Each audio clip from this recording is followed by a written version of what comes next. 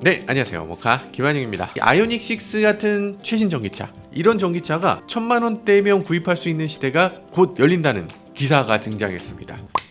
1000만원! 와, 진짜 싸다. 전기차 배터리를 구독으로 하면 된다는 건데요. 네, 이럴 줄 알았다. 아니, 별거 다 구독을 하더니 뭐 이제는 배터리까지 구독을 해? 아니, 나중엔 뭐 핸들도 구독하고 뭐 시트도 구독하고 뭐 바퀴도 구독하고 그러겠네. 만약에 배터리 구독하다 구독 해지하면 배터리 다시 가져가시는 거예요? 요런 전기차 보조 배터리, 요런 거 구독이라면 요건 말되지. 괜찮을 것 같기도 한데, 아무튼 오늘은 이 얘기를 알아보도록 하겠습니다.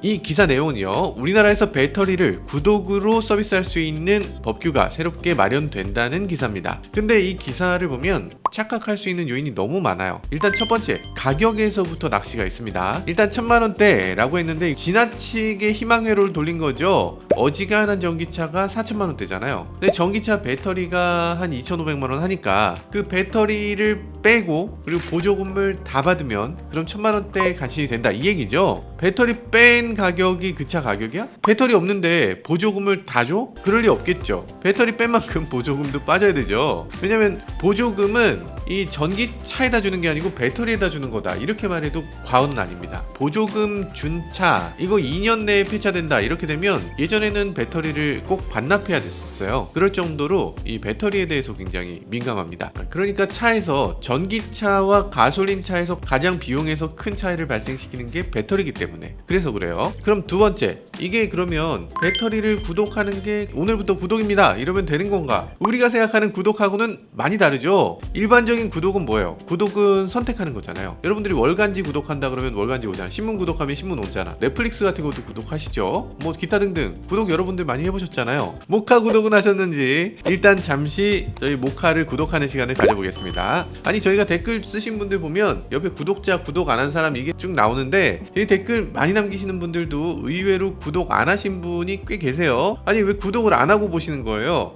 구독 눌러주시면 돼요. 이제 하셨죠? 네, 감사합니다.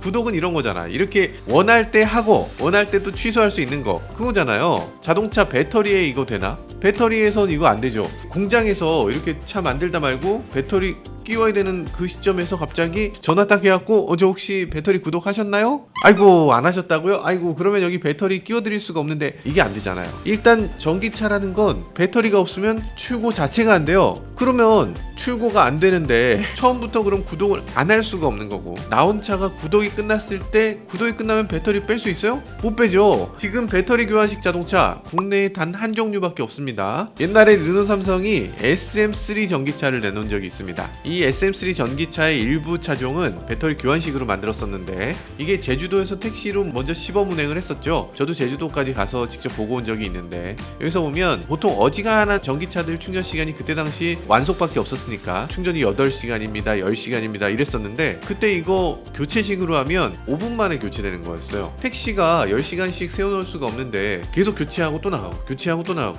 오, 너무 좋네, 훌륭하다 했었죠. 근데 여기 문제가 좀 있었습니다. 왜냐면 내 배터리를 다른 걸로 교체하잖아. 차 나올 때 그 배터리 완전 새 차인데 새 배터리였던 걸 내 배터리 빼고 남의 배터리를 끼는 건데, 그러면 내 거보다 더 나쁜 걸 끼는 거 이거 용인해야 돼? 좀 이상하잖아요. 그러니까 배터리 소유자가 차주가 아니라 다른 어떤 회사가 돼야 되는 거고, 그러다 보니까 이거 리스나 구독할 수 있는 방법이 있어야 된다, 이런 얘기가 나왔던 거죠. 그게 왜 요즘은 안 나오냐고. 그때 제가 봤을 때는 이 교환하는데 뭐 그렇게 어렵진 않았어요. 오래 걸리지도 않고 되게 금방금방 되는데, 어쨌든 전용 장비가 필요합니다. 진짜 정확하게 해야 되고 숙련자가 필요하고, 이 결합되는 방법이 어쨌든 나사를 계속 채우고 이렇게 해야 되니까 채웠다 풀었다 채웠다 풀었다를 수천 번 수만 번을 해야 되잖아요. 그렇게 해도 계속 결합을 유지할 수 있는 결합 방법은 지금은 없어요. 그리고 고장도 좀 있었고, 그래서 결국에는 그게 사장됐습니다. 게다가 배터리 용량이 되게 커지면서, 아니 그냥 충전기 꽂으면 되는데 급속으로 충전하면 뭐 한 30분이면 한참 가는데 그걸 뭐하러 교체를 해? 뭐 이런 분위기가 된 거죠.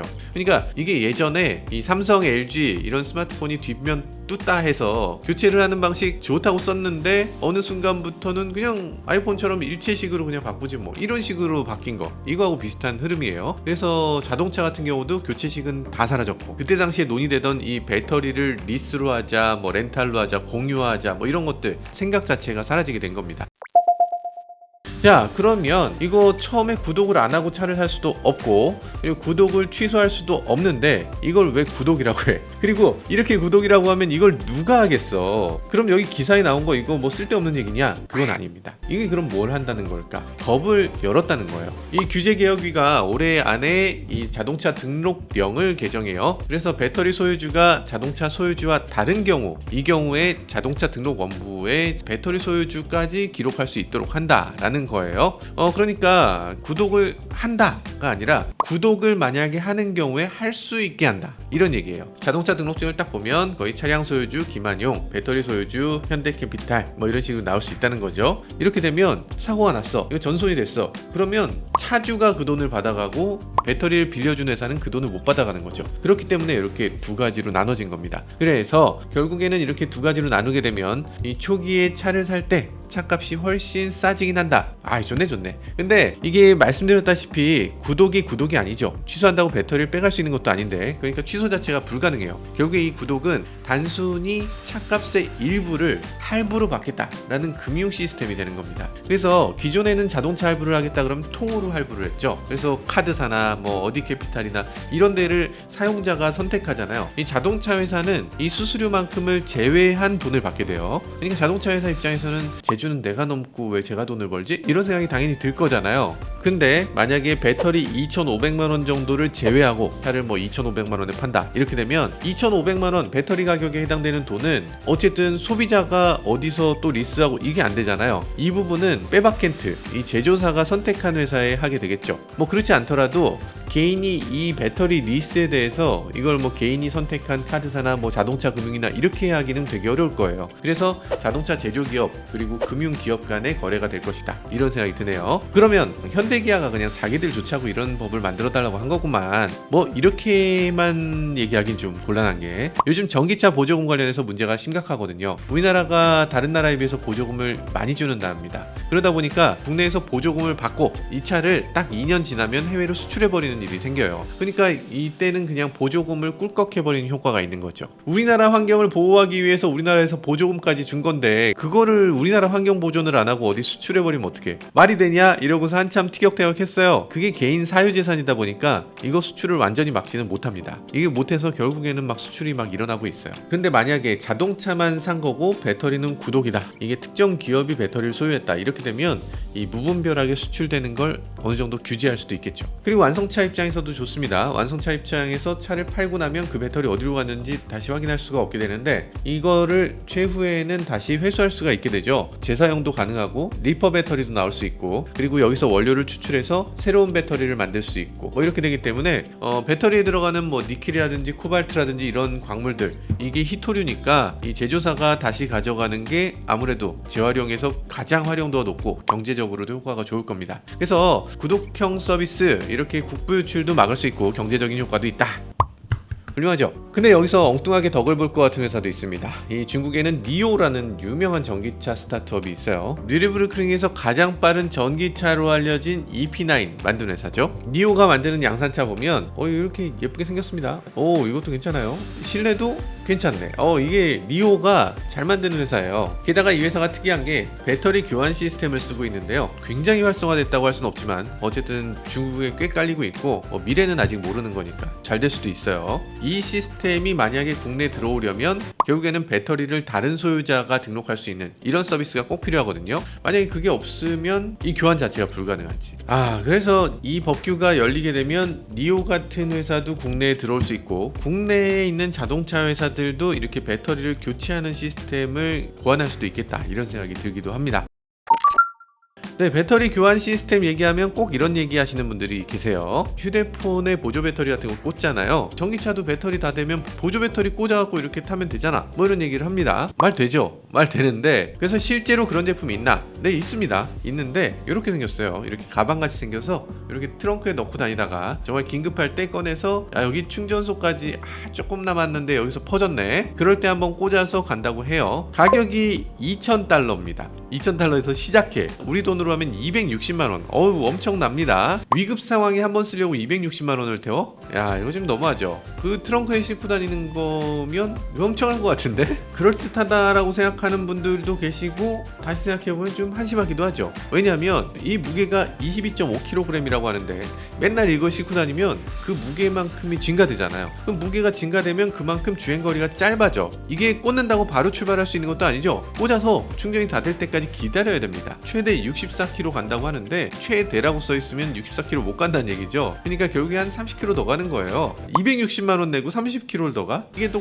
크면 또 그것 때문에 차 주행거리는 짧아지고, 야 이거 참 딜레마입니다. 근데 생각을 조금 바꿔볼 필요도 있어요. 요즘 전기차들 보면 보통 300km에서 한 500km까지 주행하잖아요. 그러려면 2천만원 넘는 배터리 용량으로는 77kWh 넘는 배터리를 싣고 다니거든요. 무게도 어마어마해요. 이 배터리 팩 무게만 450kg. 성인이 차에 6명이 더 타고 있는 거예요. 보이지 않는 6명을 매일 싣고 다니는 거야. 굳이 어지간한 평균적인 사용자들의 하루 주행거리는 60km 정도 되는데 그거를 500km까지 주행하기 위해서 굳이 6명의 성인을 차에 싣고 다니는 거예요. 아니 지금 내리라고 할 수 있으면 좋잖아요. 결국에 차에 사람 하나 타고서 출퇴근만 하는데 이렇게 거대한 배터리를 싣고 다닐 필요가 있나. 지금 배터리 교환 시스템 얘기가 나왔는데 그 배터리를 교체하는 게 문제라면 100km 정도 갈 수 있는 최소한의 배터리가 차에 실려 있고, 만약에 여기 장거리를 가겠다 그럼 어딘가 이렇게 배터리 교환 시스템 있는 스테이션에 들러서 요번엔 한 멀리 가니까 한 600km짜리 배터리 실어주세요. 딱 싣고서 갔다 오고 그러면 좋지 않을까 그런 생각이 들어요. 애드온으로 딱 추가를 하고 필요 없는 경우에 다시 떼고 이렇게 기계로 딱 해줄 수 있는 그런 장치가 있으면 좋을 것 같아요. 괜찮은 아이디어 아닙니까? 모카는 이렇게 좋은 아이디어들을 계속 전달해주는 그런 좋은 방송이에요. 여러분들도 혹시 사업 아이템 생각하고 계신다면 저희가 계속 이렇게 말씀드리니까 배터리 소유주가 다른 사람이 될 수 있는 이런 형태가 되면서 다양한 사업 아이템이 만들어질 수 있는 법규가 열린 건데요. 제조사가 돈을 더 벌기 위한 그런 금융 시스템을 만들겠다. 여기서 멈추지 말고 실제로 이용자들이 편리하게 사용할 수 있고 환경에도 더 도움이 될 수 있는 다양한 아이디어들을 구현해 주시길 바라겠습니다. 네, 지금까지 저는 모카 김한용이었습니다. 감사합니다. 아니 보조 배터리가 있으면 안 되고, 그러니까 딱 트렁크 쪽에 이 마운트가 있어서 아예 배터리에 딱 애드온 되는 그런 시스템이 있어야 돼. 그러니까 보조 배터리는 이걸 나가서 충전하고 그걸 또 한참 기다려야 되고 이게 아니라 그냥 배터리 연장, 이렇게 연장할 수 있는 요게 있어야 돼. 뭔가 이렇게 트렁크에 넣을 수 있는 이런 어떤 기계 장치로 쭉 해서 트렁크에 척 하면, 그럼 트렁크 공간은 좁아지겠지만 어쨌든 공간 전체에다가 배터리를 탁, 이건 70kg 배터리입니다 딱 실어주고 100kg 배터리입니다 딱 실어주고, 무겁긴 하겠다 이렇게 좀.